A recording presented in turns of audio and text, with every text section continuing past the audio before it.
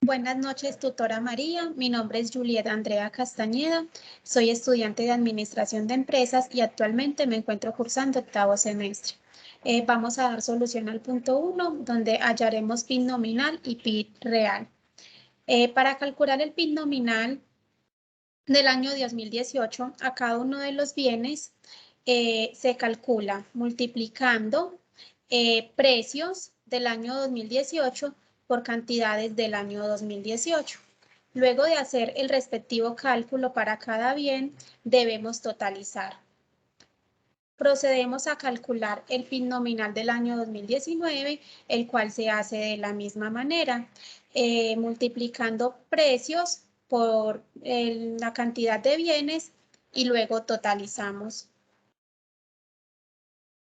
Para calcular el PIB real del año 2019, lo que debemos hacer es multiplicar precios por cantidades y totalizamos. Así obtendremos el PIB real del año 2019. Como lo puede observar en estas tablas, las cuales realizamos y formulamos en un archivo de Excel.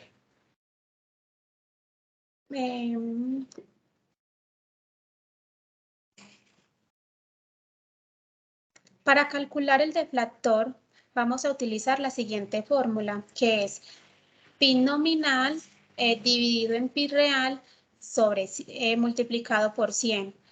Esto sería 192.400 que equivalen al PIB nominal dividido en 40.000 que equivale al PIB real multiplicado por 100 y así obtendremos el deflactor que en este caso es 137.43. Le doy la palabra a mi compañero que expondrá el punto número 2.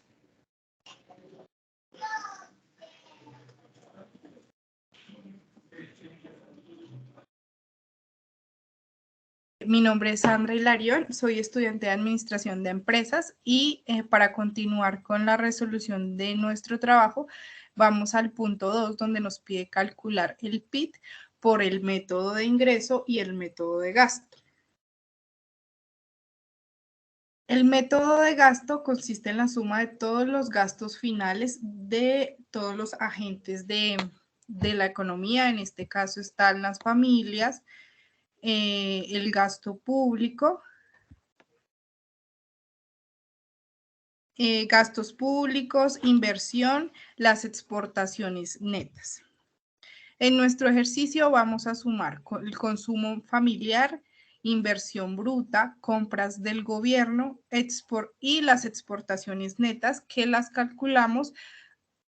A las exportaciones le restamos las importaciones. Entonces, en este caso, nuestro PIB sería igual a 400 más 140 más 150 más las exportaciones netas, que son 50, y esto nos da un PIB de 740. Para el método de ingresos, este método se basa en la suma de todas las rentas de las personas del mismo país. En este caso, la fórmula es remuneraciones de los trabajadores más excedentes de exportación, más los impuestos menos las subvenciones. En este caso vamos a sumar compensaciones de los empleados, ingresos recibidos por los empleados, ingresos por renta, más interés neto, más la utilidad de las corporaciones, más ingreso de empresas, más la depreciación y más los impuestos indirectos de las empresas. Para resolver la fórmula sería PIB igual a 455 más 70 más 20, más 30, más 60, más 40, más 30, más 35, que nos da el mismo resultado, que sería 740. Al calcular el PIB por los tres métodos, nos tiene que dar el resultado tiene que ser exactamente el mismo.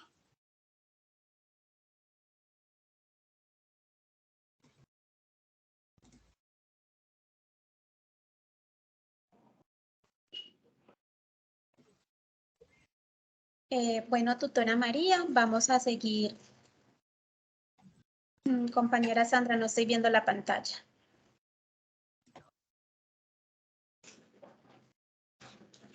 Tutora María, vamos a seguir resolviendo nuestros ejercicios. En este momento voy a explicar cómo resolvimos el punto 3, en el cual hallamos el IPC y la tasa de inflación para el año 2019. Como puede observar en este gráfico, el cual hicimos en una tabla de Excel, lo que debemos hacer primero es hallar PIB nominal del año 2018 y PIB nominal del año 2019. Habíamos dicho que ambos PIB se hallan multiplicando precios por cantidades del respectivo año, como podemos observar en la segunda gráfica.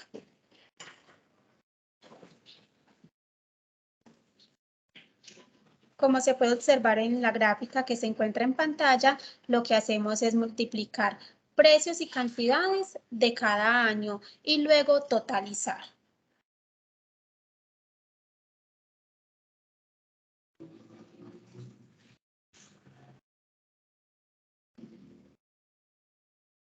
Para calcular el PIB real, lo que debemos hacer es multiplicar precios del año 2018 por cantidades del 2019 de cada bien o producto y procedemos a totalizar.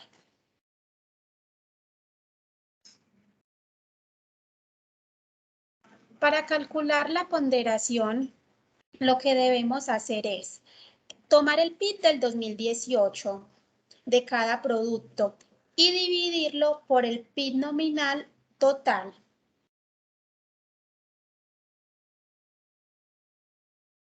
Como se puede observar aquí, se toma el PIB de cada producto y se divide en el PIB total. Por eso es que en cada ejercicio está dividido entre 16.000 y luego totalizamos. Lo siguiente que debemos hacer es calcular el IPC de todo el sector. Vamos a utilizar la fórmula que es ponderación de cada bien por el precio del bien del año 2019 dividido en el precio del bien del año 2018, lo cual hemos hecho. En la presente tabla hemos tomado todos los bienes y hemos totalizado. La inflación se puede calcular a través del IPC. Lo hemos hecho tomando el IPC total multiplicado por 100 menos 100, el cual nos ha dado 12.25. También se puede calcular por el índice de las PIERS. Ambos cálculos nos deben dar el mismo resultado. ¿Cómo lo debemos hacer? Lo que debemos hacer es multiplicar los precios del año 2019 por las cantidades del año 2018 y totalizar.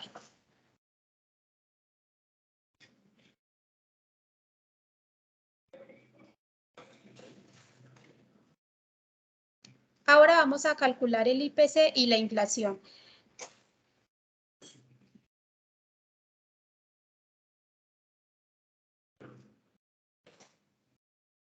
Disculpen. Como pueden observar, lo que hemos hecho es la presente operación. Esto nos da una inflación del 12.25 y como podemos observar, por ambos métodos la inflación coincide. En ambos métodos nos ha dado 12.25.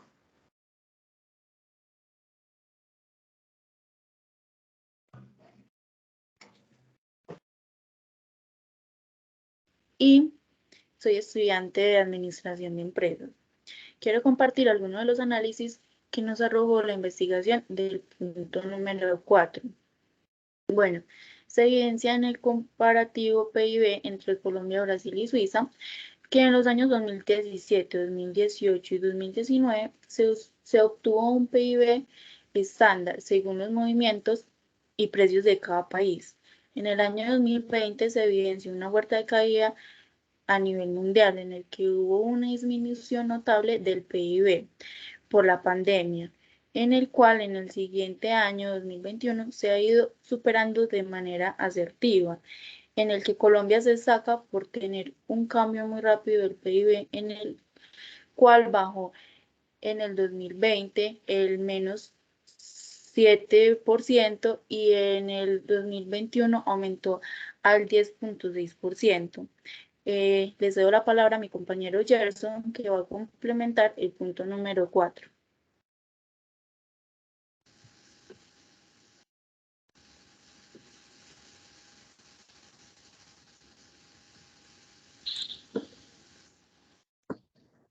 Buenas noches, tutora María. Mi nombre es Gerson Lucumí. Soy estudiante de Contaduría Pública, tercer semestre. En el análisis que pudimos hacer y pudimos investigar, Colombia, como Brasil y Suiza, tuvieron una decadencia en el 2020, como lo decía la compañera, ya que la pandemia afectó toda la, ¿cómo le podemos decir?, la economía y demás entradas a nuestros países por la pandemia.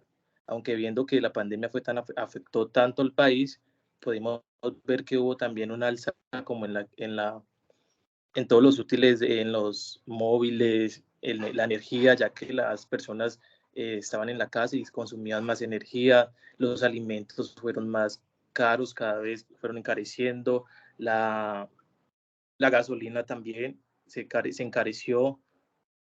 Podemos notar de que también el país de Suiza es uno de los países más costosos para poder vivir, y aún así se sigue viendo y se percibe de que tuvo también una decadencia, a pesar de ser un país tan costoso, tuvo una decadencia en el 2020. Aquí podemos evidenciar en el trabajo de que, como decía la compañera, los países se han ido levantando lentamente, pero ha sido asertivamente. Podemos notar también que la educación bajó mucho, ya que ya los jóvenes, como jóvenes, niños, ya no iban a la universidad ni al colegio, sino que ya todo era más virtual. Por eso podemos afirmar de que las redes, como todo lo móvil, como celulares, internet, tablets, todo eso tuvo un alza en la economía de nuestros países. Podemos evidenciar también que en Suiza es tan costoso todo, y la vida es tan costosa que ellos prefieren importar y consumir y no consumir los productos de su mismo país, ya que son muy costosos y la vida ya es demasiadamente, le sale muy costosa a la gente. ¿Qué más podemos informarles? En la investigación de nosotros,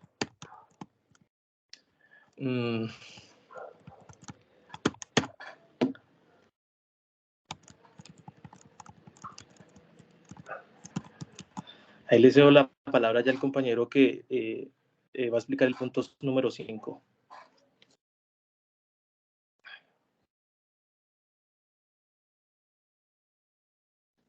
Muy buenas noches, mi nombre es José Fabián Galvis Arango, estudiante de Administración de Empresas.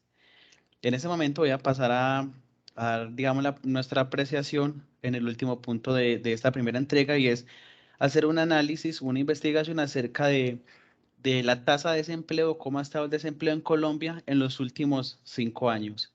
Entonces, a modo general, digamos que nos basamos en las estadísticas que nos da el DANE acerca de la gran encuesta integrada de hogares. Básicamente ahí sacamos la información y si podemos ver en la tabla 1, si la compañera me puede colaborar, normalmente digamos que la tasa de desempleo siempre ha tenido una variación porcentual normalmente para este primer año 2018, porque es entre 2018 y 2022. Para este 2018 estuvo entre una variación entre 3 y 4 aproximadamente como máximo, ¿cierto? Pero llama la atención que en este mismo año, para el mes de noviembre, hubo una tasa de desempleo del 8.8%, lo cual ha sido lo más bajo, no solamente en este año 2018, sino en todos estos 5 años que, digamos, estuvimos analizando. Entonces, por eso se resalta y por eso la importancia de este punto. Posterior a esto, 2019 digamos que continúa muy similar, y luego para el 2020, todos sabemos que para el mes de marzo aproximadamente inició la pandemia, ¿cierto? El gobierno nacional a través del ministerio como tal de Salud y Protección Social, emite una resolución 385 exactamente, a través de la cual declara emergencia sanitaria en el país.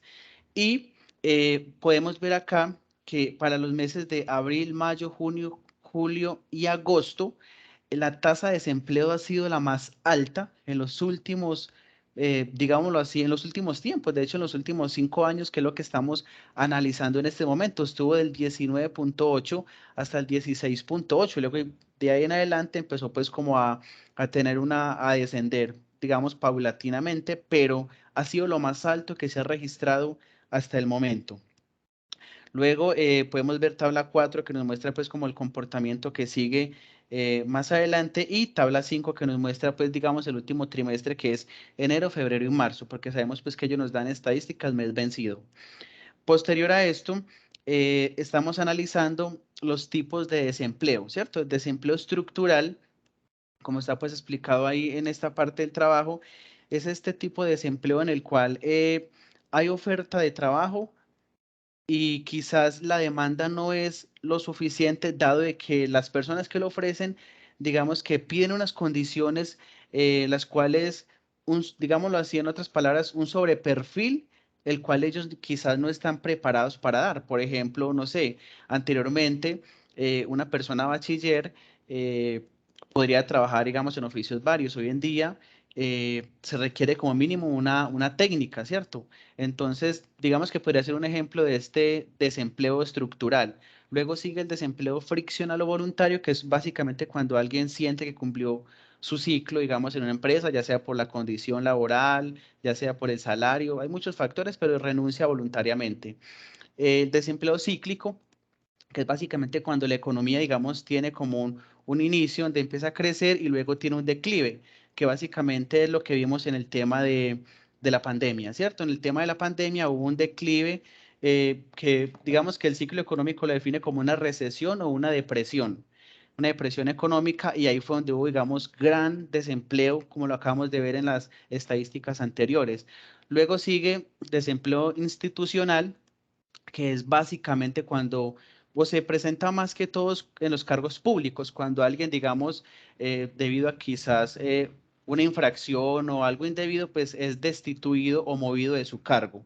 Pues aquí nos muestra un ejemplo, como fue, digamos, el caso de Aníbal Gaviria, que fue el gobernador de Antioquia, por un tema, digamos, de irregularidades en un tipo de contratos, en unos tipos de contratos. Luego, continuamos, nos muestra, digamos, un total nacional de una serie trimestral de lo que nos da el DANE, como lo iniciamos, digamos, mencionando, y nos muestra, digamos, unas cifras de población total, población en edad de trabajar, población económicamente activa, población empleada y población desempleada y población inactiva. Con estos datos continuamos y hallamos la tasa de empleo, que de acuerdo a los datos anteriores nos da 86,78. Luego hallamos la tasa bruta de participación, que nos da 48,9. Y finalmente tenemos la tasa de desempleo, que en este caso es de 13,2%, ¿cierto? Entonces, básicamente, digamos, con los datos arrojados es que podemos obtener esta información. Ya sería entonces todo por el momento. Muchas gracias.